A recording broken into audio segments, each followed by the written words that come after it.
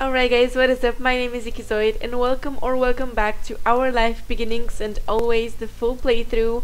And if you haven't watched the previous episodes, I'm gonna highly suggest it you watch the full playlist that we have here on the channel.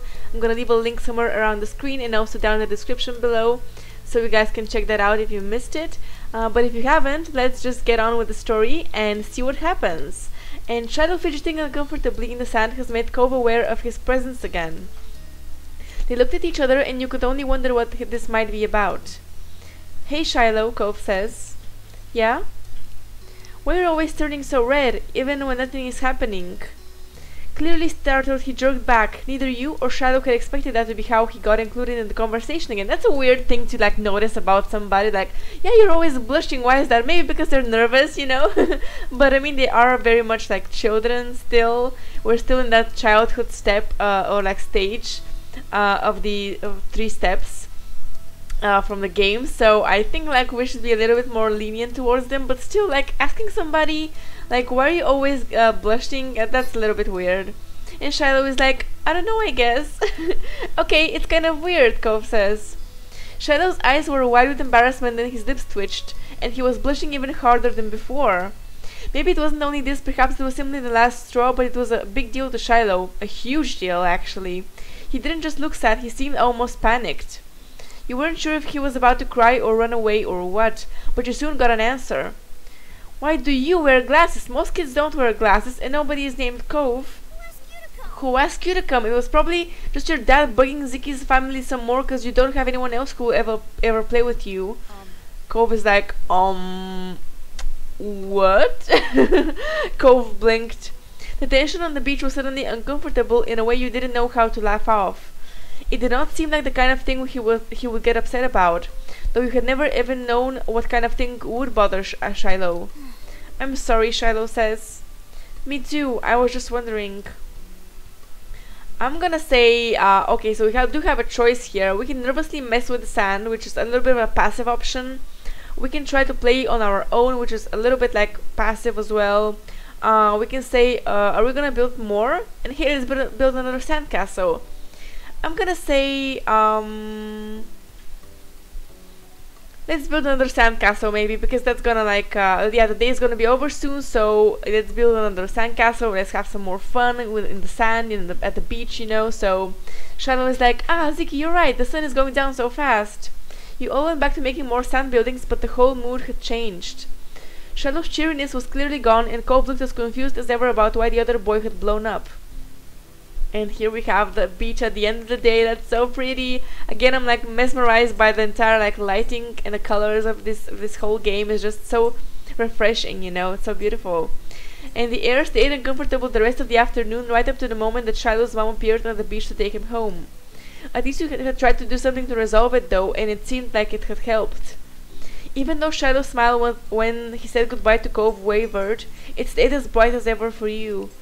That had to count for something. Yeah, I think so. I think Shadow really likes us, but I think I mean, he's very, very much more in tune with Lizzie, if you know what I mean. He's more feels more close to her, or closer to her, because he just likes her a little bit more than us. But I think that we can get even better friends. We can become even better friends with Shiloh down the road. So hopefully that does happen. But Shiloh had gone. But with Shiloh gone and the sun going down, you knew it was time for you and Cove to head to your own houses. The two of you trailed down at the park together towards the neighborhood. The walk home was quiet. You passed by familiar landmarks, shoes thumping against the sidewalk in near perfect unison. Cove was clearly caught up thinking about something. Yeah, but probably about what happened at the beach. So we're gonna ask Cove what he's thinking, obviously, because we want to be a good friend. We want to encourage him to speak around us, to be more comfortable around us. And something was definitely up, so you chose to reach out to him and ask. "Hey Cove, is everything okay? You're making a funny face." Oh, I was just wondering." Cove fell silent again for a few more seconds, then sighed. "Why did Shadow act like that when I said he was already a lot?" I'm gonna say, I'm not gonna say you're being rude to him, because I think that's a little bit too direct, because I don't think Cove had a bad intention. I think Cove sometimes just says things out of the blue, and he's just very direct naturally, but he doesn't mean it in a bad way. And I'm not gonna say he's just being a baby, because that's really mean towards Shiloh, and we're talking behind his back, which is something that I would never do. So I'm gonna say he gets embarrassed probably, or you shouldn't make fun of him. But let's just say he gets embarrassed, and I think that's the most like accurate version of things, because Shiloh does get embarrassed, and he's like a very like little shy little child. He's trying to be so polite always, and he's trying to not like take too much space, if you know what I mean. But I think we can just say he gets embarrassed, but I didn't say anything that bad. It might have upset him anyway. Cove says. He's like thinking about it. He's like, maybe what I did say was wrong. And Cove is like, I guess I can get it. Why he would do that? Sometimes I get really mad too. Despite seemingly coming to a conclusion, Cove's mood was still sour. Hey Ziki, was Shadow telling the truth? Huh? His gaze left yours as he dug the sole of his shoe into the ground. He looked oddly vulnerable for a second. Does my dad make you hang out with me? Oh, I know he talks to your mom about that a lot. Oh, and that's an uncomfortable weight here, as the game says, because if you guys remember in the very first episode, Cove's dad, Cliff, his name is, he offered us money to be friends with Cove, which is, I think, was a really bad move on his part. I mean, he did mean well and only well, but I don't think it was a good thing, because now we have this information, we have to share it with Cove at some point down the line, maybe even now. So an uncomfortable weight settled in your chest at the question. You liked spending time with Cove. You didn't even have to think hard about it. You knew you did. But you couldn't help feeling guilty. Cove still didn't know what happened when you met Mr. Holden. See, here it is. And now I think we're gonna have to. Oh my God! I really want to tell him the truth, but I also want to say that nobody is making me spend time with you. But I am going to like save the game here. Let me just save the game, because if we do choose this option, you decided to tell him about how his dad offered you money. If we do choose this and we don't say, because like it doesn't give us like the full thing. Holy hell! Like this is a little bit of a difficult question, or like difficult choice to make. So I did save though, and we are gonna go back if we don't say that nobody's making me spend time with you as well. So you decided to tell him about how his dad offered you money. Well, remember how we talked about how your parents met and I didn't know what happened? Yeah? I kind of had something to happen that you don't know about when I met your dad. As you struggled to find the right words, Cove looked at you passively. You wanted to turn away, but you kept your eyes on him as you spoke. I was walking home and your dad was sitting in front of the house. It must have been after you ran away. My mom weren't there either. I think they were looking for you. Your dad saw me. He got up and came over. Mr. Holden told me that he just moved into a house next to mine. Cove was still listening, his expression as plain as before. You paused for a moment, wondering if you should really keep going. Yeah, I think the game is like telling us like, don't say it, don't say it. But I want to tell him the truth that his dad did offer us money. But at the same time, I really want to reassure him that we don't do it because of the money. We didn't accept the money. We just do it because we really like Cove. So let's just see what happens. We do have a choice to not tell Cove. Let's tell the full story though, and if we can always like go back if we do mess up here. So let's tell the full story. Even if it was supposed to be a secret, you thought Cove would still know. Should still know. Your dad thought that you might be lonely here, so he wanted for me to be your friend. He said he would give me $20 if I did. Cove was so still you thought he hadn't heard you. Then his eyes widened. His mouth fell open, but no sound left him. And if you guys noticed, the music did stop too. Silence stretched between you, so tense that it was almost tangible. You shifted from one foot to another and your hands tensed up. Please say something. Instead of speaking, he closed his mouth, his eyebrows bent up, crinkling his forehead.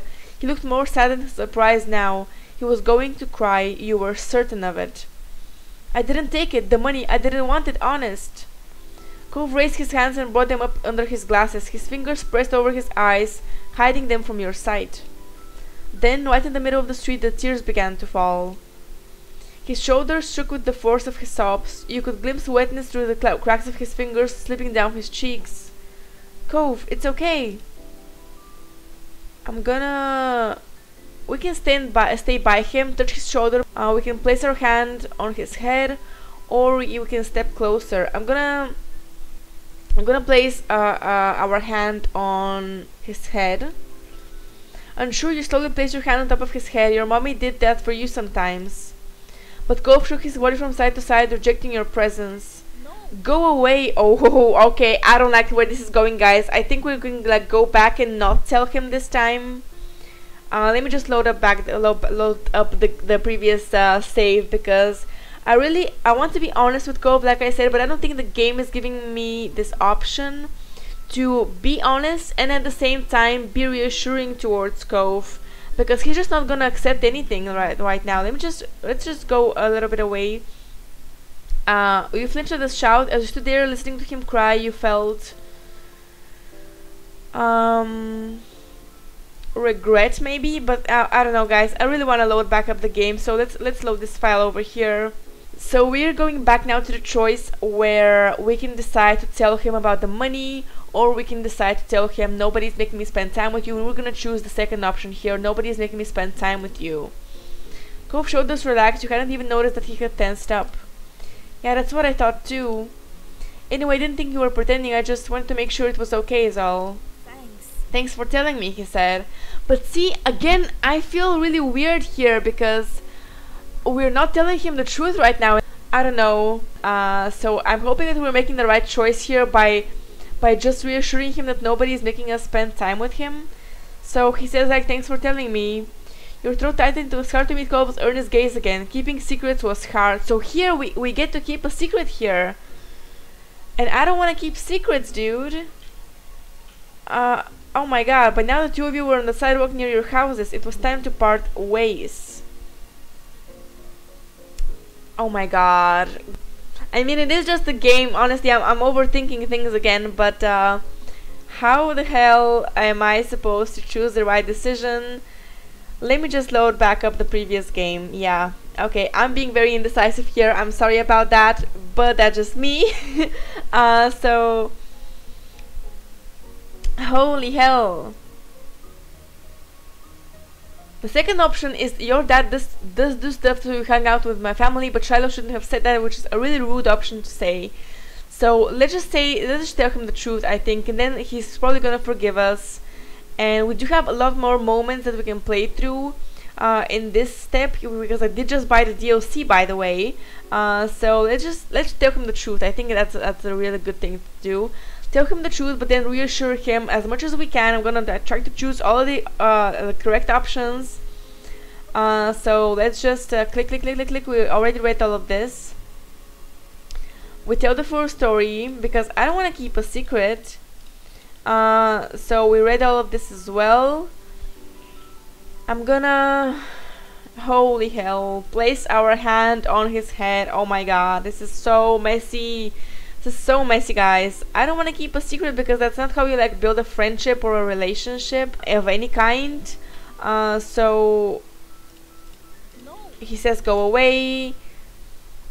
I'm gonna say that I'm feeling bad about everything or concerned for him. I am gonna say that I'm concerned for him, yeah. You didn't want Cove to be this upset, you just wanted to be honest. Yeah, that's my whole point, you know. I want to be honest, but I want to be reassuring as well. Like, Cove continued to weep with his face covered by his hands. Worse, his voice raised in volume. You were frozen in place. The situation was awful and you kept feeling worse every second. I'm gonna say... I don't know, man. Starting crying as well is like something that I would probably do in this situation, just because that's the kind of person that I am, which is like, maybe it's bad, I don't know. We can say I'm sorry, we can hug him, or we can start crying as well. Let me just save over here as well.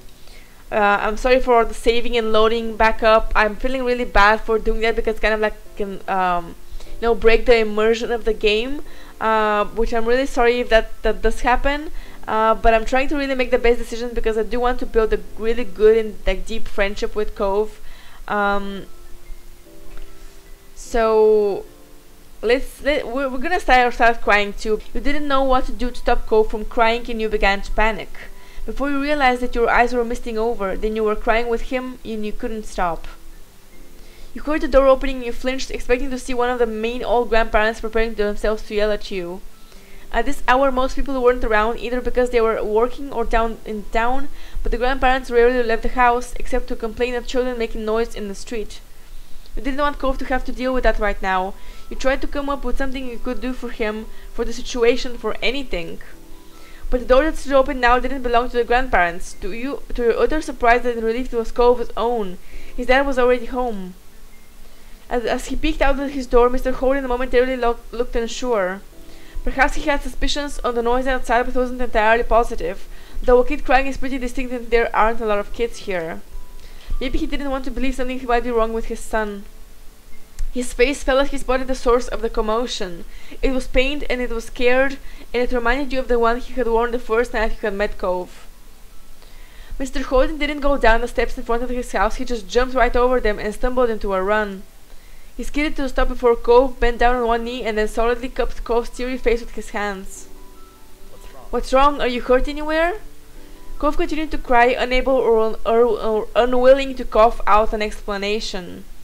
Not taking his hands from Cove, Mr. Holden turned to you for explanation, his eyes wide and imploring. I feel so guilty for doing it, but I also feel like we should have told him the truth as well, because that is what we did finally.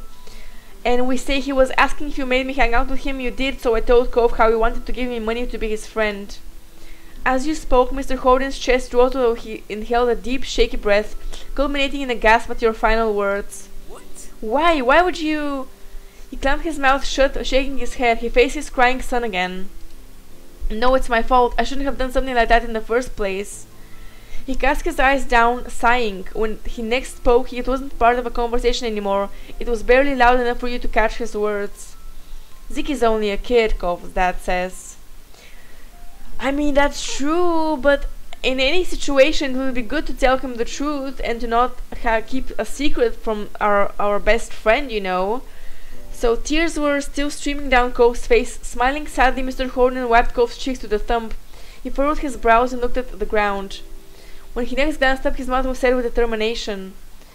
Mr. Holden finally took his hand off of Cove. He reached for his wallet. Confused, you stared at the little rectangle that all the adults seemed to carry in some shape or form. It had been the source of all these problems. You were sure that Cove wouldn't want to be reminded of it right now. Mr. Holden was clearly of a different mind to you. He inexplicably retrieved another $20 bill, rolled it up and raised it to Cove's face. Cove's eyes were hidden behind tightly clamped fingers, so Mr. Holden poked Cove's nose with the bill. Cove peeked between his hands and grunted as he saw what he had been prodded with. Even if it was surrounded by sobs, you were glad that something else had finally left Cove's mouth. Oh my god, my mouth is so stiff, I'm sorry. Hey Cove, can you stop crying? I'll give you this cash if you do. Oh, he's trying to make a joke of it, but I think that's really in bad taste at this point in time. And Cove dropped his hands from his face. It had already been red and wet with tears, but now his features were scrunched up with a scowl. Not for the first time you questioned Mr. Holden's tactics. He had to use two hands, but Cove firmly shoved his dad's own hand away. But Mr. Holden just chuckled at Cove's reaction and tossed the money aside. It unfurled as it flew through the air, rising before slowly drifting to the floor.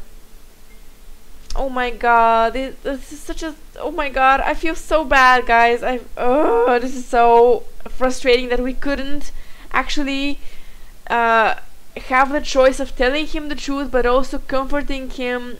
And but I mean, he wouldn't listen anyway, so I don't know what the best thing was in this situation. But Mr. Holden took Cove's outstretched wrists and lowered them to Cove's side, stopping him from hiding his face once again. Let me just drink something, guys. Cove's dad clearly wasn't going to let go. Huffing, Cove turned his whole head away, tears continuing to roll down his cheeks as he glowered at the ground. You can buy a lot of cool things with that, but it can't do everything, can it? Cove didn't respond. Whoops, I'm sorry. Cove didn't respond, not even to look at his father. Mr. Holden continued. Your old dad likes to make things nice for you with the money he earns. But you're smart, you know that I haven't really done anything. I'm sorry. I still make you sad and upset just like right now. I'm sorry. Cove sniffled the harsh line of his brow, mellowing. Mr. Holden squeezed Cove's hands as he continued. Oh, and he's crying too now. Ziki's smart too, right? Mr. Holden spoke in a soft, encouraging tone, and Cove continued to calm. You have nothing to worry about. Except for me. Mr. Holden chuckled. Cove pressed his lips together, mulling over his father's words. Though the stream of tears had eased, a drop still budded in his eyes and threatened to spill out. I love you, son, so much, more than anybody else. And sometimes that makes me a little too hasty to see you happy, and I make it all worse. I really am sorry. Scrunching his eyes tight, Cove nodded. When his eyes opened up again, they were red and glossy, but there were no tears left on the precipice of his lower lashes. Aside from the occasional sniff, he was mostly back to his usual self. He swallowed. Okay. Though Cove had refused to echo Mr. Holden's exact words, the sentiment seemed to be enough for his dad. So he moved his hands up under Cove's armpits and hoisted Cove high into the air with a grin. Cove's hands flew into his glasses, holding them back from falling off. Cove's lips were tight shut, all betrayed by the telltale smile in his eyes that he was trying too hard to hide. Mr. Holden laughed, lowering Cove so that he was securely pinned against his chest. Cove looked away, face angled to the ground. Now that his dad could no longer see him, he was allowing himself a smile. Mr. Holden might have missed it, but you didn't. Cove wriggled, pushing a hand against his dad's shoulders. Can I go back down now? Yeah. Mr. Holden set Cove gently on the ground, waiting until his feet found their footing before releasing him entirely. I have to do something. Wait here, he says. As Cove wandered away, Mr. Holden's gaze stuck to him like glue. You sighed, eyes downcast. You felt weird that you had only been able to stand there while the event unfolded. You weren't able to fix it. I couldn't make him feel better. Don't worry about it. Please, we don't need another tragedy today. He winked and you weren't very impressed. Hey, I mean that. The first part anyway. There's only so much you can do to try fixing someone else's mistake. He smiled sincerely at you. You've done plenty for Cove. Just the fact that you were honest with him when his own dad wasn't proves it. Yeah, I mean that's a good thing. We were honest, and friendship is based on honesty, you know. So thanks for being such a good kid. I hope you will keep spending time with the boy. And Cove, as though the sound of his name summoned him, Cove returned, clutching the bill his dad had cast aside earlier. You cocked your head and Cove's dad raised his eyebrows. Cove looked at the crumpled note, then walked over and held it out to you. I stopped crying, but I don't want this. You can have it. He gave you a small smile. Behind him, Mr. Holden was still watching Cove closely, clearly relieved. You shared the feeling. Cove was making peace with the deal that happened behind his back. I'm not gonna take that money because Cove refused the money. We refused the money once, and we can refuse the money now twice, showing Cove that we really do want to spend time with him, despite whatever other monetary reward there is, you know. So, shaking your head, you push the note back to Cove. I don't need it. But I don't want it, Cove says. You were at a stalemate. And Mr. Holden hummed thoughtfully. Tapping his head, he gazed up at the white sky as he pretended to give the conundrum serious consideration. I know. He plucked the bill from Cove and tore it right in two. You and Cove gasped in unison. Holy hell, I did not expect that to happen. Dad, we can't do anything with it now. True, it won't work at a store like this, but now you can split it. Crouching down, he held out the pieces to you and Cove. You both looked at the two halves. Neither of you... why did I say half so weird, like two halves? Neither of you reached for them. It still has value as a keepsake, a memory. And that's one of the most valuable things you can use money on. That sounds pretty good, huh? Maybe I'm getting smarter. Wordlessly, Cove stretched out a hand and took his half. You took yours, running a finger along the jagged edge of the bill. It was cool to think that no other note would share this exact same feature, the precise peaks and troughs of the tear, except for Cove's, which would bear them in reverse. It did feel like there was value left in it. Holy, I think this is...